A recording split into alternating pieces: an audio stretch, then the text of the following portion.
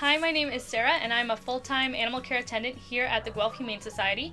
I'm also the lead for our wildlife program. So the wildlife program was put in place to help sick, injured, and orphaned wildlife in the community.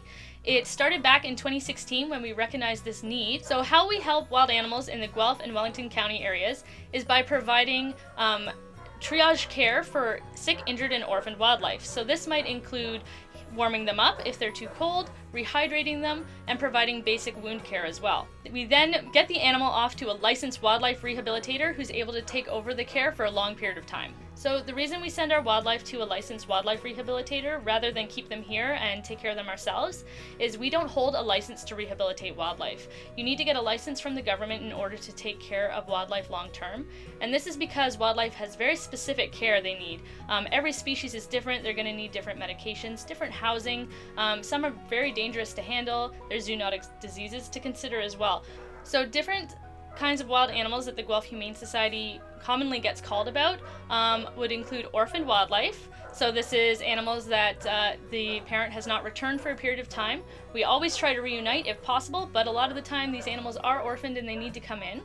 It would also include animals that are hit by cars or ones that have been attacked by cats and dogs.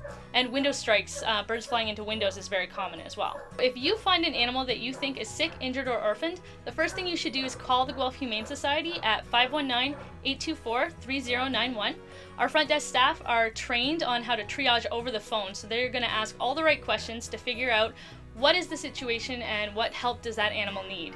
If necessary, we're able to send out a trained animal protection officer to assess the animal on scene, and they're also able to contain the animal safely and bring it in if necessary. Then once it arrives here at the Humane Society, we're able to provide heat, rehydration, pain medication, antibiotics, and wound care, whatever that animal needs.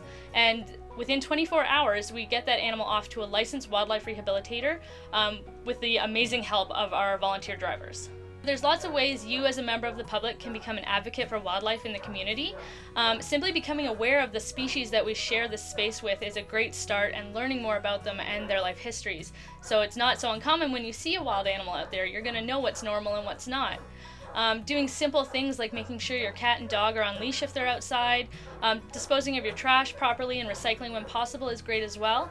Making sure you're cutting up a lot of your recycling. A lot of animals get stuck in those six-pack rings or the ice cap lids, so just cutting them up can help prevent needless suffering. And making your space greener. So if you have a backyard, making it more wildlife friendly is great. Giving them a safe place to exist is fantastic.